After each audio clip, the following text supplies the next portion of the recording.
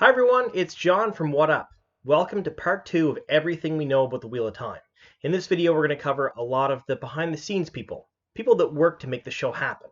A lot of us will watch a television show or a movie and we notice the actors and we know who they are, but we may not know the people that actually make everything happen. And that's what we're going to dive into in this video. Like the last video, there's going to be very slight spoilers. So if you haven't read the book series yet, or if you want to watch the show fresh and know pretty much nothing about it, you're safe to watch this video. We will be talking about some things in very general terms. We might talk about a little bit of stuff from The Eye of the World and The Great Hunt, or further on the book series, but not in any way that would impact your enjoyment of something for the first time. For a couple of reasons, like the last video, I don't want to spoil anything to you, and the second reason is we have a lot to go through because we really do know a lot about the show. So let's get on with it. These are the people behind the scenes. All right, the first person we're going to talk about tonight is Rafe Judkins. He is the showrunner and executive producer for Amazon Prime's The Wheel of Time TV show. When it comes to creative decisions, he is the buck stops with him. He's the one who makes those decisions, or at least has a part in almost everything that goes on with the show. You may recognize him from Survivor. He was on Survivor a number of years ago now, and then he moved to Hollywood and basically worked behind the scenes in the film industry at that point. He is credited as a producer for Agents of S.H.I.E.L.D. as well as Hemlock Grove, so he has a lot of experience in being a showrunner and producing television shows, and he has a lot of writing credits to his name too. And he also is credited for assisting with the writing of the first episode, Leave Taking. All right, on to the next person. All right, now let's get into our directors. Our first director we have is Briesewitz. She's going to be directing the first 2 episodes of the Wheel of Time series. She's known for her work on Westworld, Altered Carbon, and Stranger Things, so she's kind of a big deal. She's a very well-known director, and she was a great find for the Amazon Prime TV show. Now, our next director that we have is Salli Richardson-Whitfield. She is going to be directing an unknown episode. We're not sure which one she will be directing or how many she'll be directing, but she is probably best known for her role on Eureka. She is an actress who turned to directing afterwards, and she is great at both. So she's dual-hatted, and she knows her job really well. The final director we have is Wayne Yip. Now, Wayne Yip was another addition to the directing team that we don't know of which episode he'll be directing or how many episodes he'll be directing. Now, Mr. Yip is best known for his work on Doctor Who and Doom Patrol, so he is another well-known director, and he has a lot of experience behind him. All right, on to the next group of people. All right, now on to the directors of photography. Our first one we have is David Moxness. He's best known for his work on Fringe and Smallville, so he does have some experience in a fantasy setting. And then we have David Luthor. David Luthor is best known for Das Boot, the 2018 version, as well as His Dark Materials, another fantasy show, quite a good one I may add at that, as well as the Richard Gere show, Mother, Father, Son. Now we have our costume designer. Is this Mussenden? And I apologize if I get that name wrong. I am going to mispronounce a lot of names in this video because there are a lot of people. She is a pretty big deal. She worked on the Chronicles of Narnia, the Wolverine, the list goes on and on. She's a fantastic costume designer, and she was a great find for the Wheel of Time show.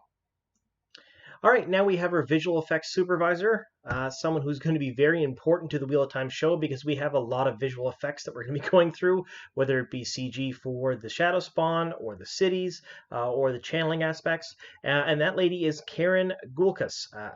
She is best known for her work on The Fifth Element, one of my all-time favorite movies. And just from that alone, I'm happy, because she did a fantastic job then, and she is going to be, I hope she will do really well for the Wheel of Time as well.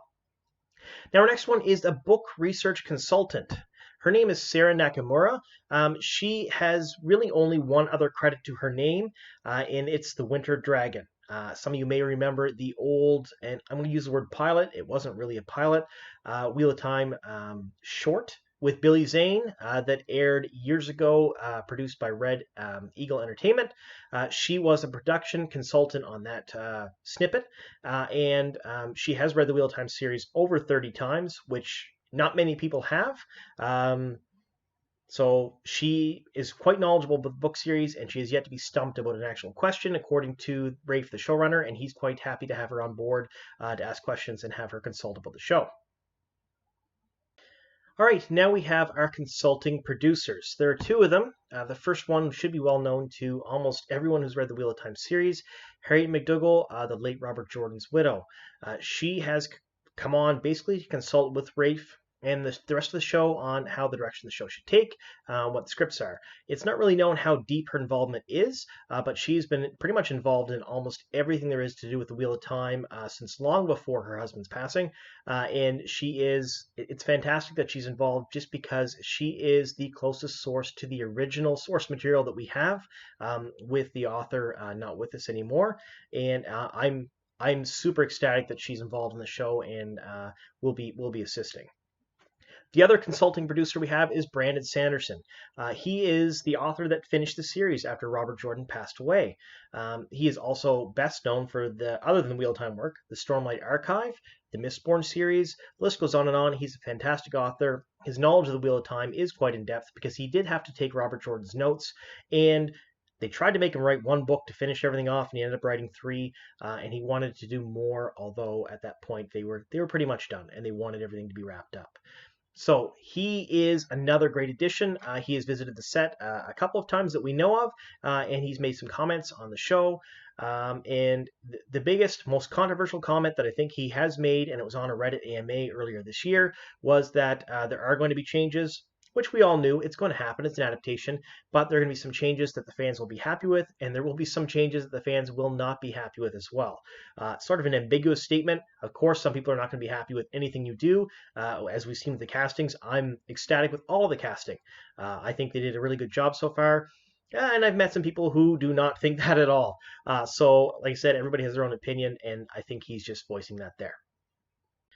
All right, so this brings us to general information about the show that we know of. So Sony Productions and Amazon Prime are the two big, they're the big bosses. They're the ones that own the rights to this now, and they're the ones that are making the show. So that's why we call it Wheel of Time on Prime, because it's going to be on Amazon Prime. Now, with that, Amazon Prime releases shows in blocks of 8 episodes, all about an hour each. So that's pretty much what we can expect with the Wheel of Time. We're probably going to get 8 episodes. They're probably going to be an hour each, and that's been alluded to a few different times by different people as well. So we're safe to assume that's what we're getting. Now, do we know if they're going to release them all at once, Netflix style, which they have done with a few of their shows, or are they going to release some piecemeal every week, every couple weeks? We don't know yet. They haven't really announced that, and Amazon Prime has done both in the past, so we can't be sure of how we're going to get this. If the show comes out on a certain date, we may get all 8 episodes at once, and I may have to do a marathon before I do any review videos. Or if they come out once every week, every couple of weeks, that actually might be a little bit better because it'll give the fans time to digest everything. Because I know personally myself, I won't be able to wait in between the episodes. I'll watch one after another till they're done, and then I'll have to wait a full year for the next season, and I'll be upset. Kind of like I am with The Boys, kind of like I am with The Witcher, things like that. You watch it all at once, and then you have nothing left. So, I did mention 8 episodes. We know the titles of some of the episodes. So episode 1 is Leave Taking. Episode 2 is Shadows Waiting. Episode 3 is A Place of Safety. Episode 4 is The Dragon Reborn. Episode 5 is Untitled, and Episode 6 is The Flame of Tar-Valon, but that has not been confirmed. Those are the titles we know of. So with those, and if you take a look at the chapters in the first book or two, we can pretty much kind of guess where the show's going to end up. So we know for sure that the first season will cover the first book. It just will, if you look at the episode titles and you look at the chapters in the book. I'm not going to get into how or why, because that'll bring in spoilers into this that I promised I wouldn't have. But we know they're going to cover at least the first book. There is a chance, because we don't know the titles of episodes 7 or 8, that they'll get into some of the second book, The Great Hunt. Now, I think it might be smart of them to do so, just to sort of progress the storyline along. As I said before a number of times, this is an adaptation. It's not a shot-for-shot remake, so they may skip around a bunch. We may see more of one character or more of another, more of a certain story or plot arc than another. So we may get some elements of the second book in the first season, even long before the end of the 8th episode. All right, the final thing I want to mention is where they're filming. They are filming currently in Prague, Czech Republic, Slovenia, and Croatia. We do know that they finished filming for the year. They're breaking until the new year for the holiday season, and they will film again until May. So they started in September of this year, the ending in May of next year. That gives them quite a few months to film the first season.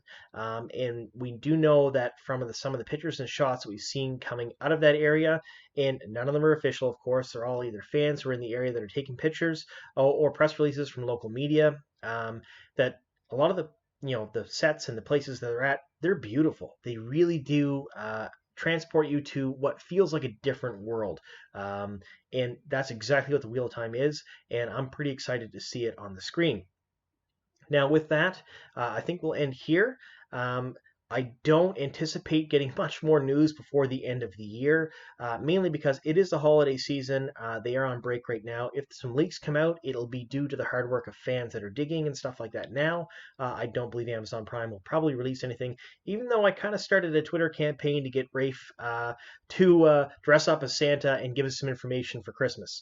That didn't pan out. It didn't really go through, but it would have been really nice. But if anything else does come out, I will do a video on the news. Other than that, I am going to do a holiday video. So you'll see another video in the next few days from me that talks about the holidays in Wheel of Time. We're going to go through that. Now, before I go, I do want to thank you all for subscribing to the channel. Like I said in the last video, we've had a lot of new subscribers the last week. Welcome. I'm happy that you're all here, and I'm happy that you are watching the videos. And the channel is slowly growing. We are getting bigger, and my end goal, when I first started the channel, was to have 1,000 subscribers. And we're more than halfway there now, and we're just over 2 months old. So we're doing quite well, and that's you guys. You guys are fantastic. A lot of this is word of mouth from you folks. There are quite a few vocal people that I've talked to that are leaving comments down below and talking to me on Twitter, and they are sharing things around, and it's been fantastic. It's been a big source of publicity for the channel, which I'm really grateful for. You know who you are, and I want to thank you very much for that. All right, so thank you all very much. I hope you all have a safe and happy holiday season, and here's to many more.